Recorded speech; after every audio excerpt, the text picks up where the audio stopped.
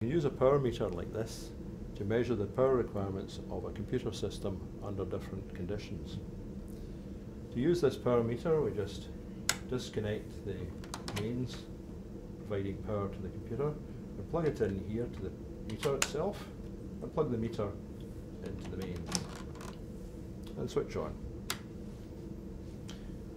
You'll see the meter actually reads a small amount, in this case 7 watts, with the computer switched off. That's the computer in standby, so there is a little bit of power being used by the computer while it's in standby mode. The next stage is to switch on the computer and watch as the power meter changes when we switch it on.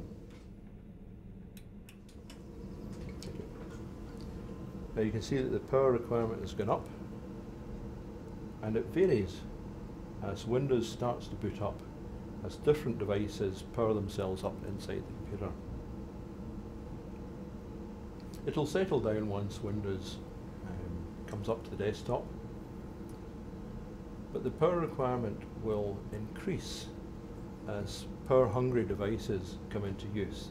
The processor itself is one of the big users of power, and the graphics card, if you've got a 3D graphics card for example, in normal Windows desktop it takes very little power, but when you start using its 3D facilities, or you start using the calculation facilities of the processor, these devices take more power, and that's reflected by a higher power reading on the meter.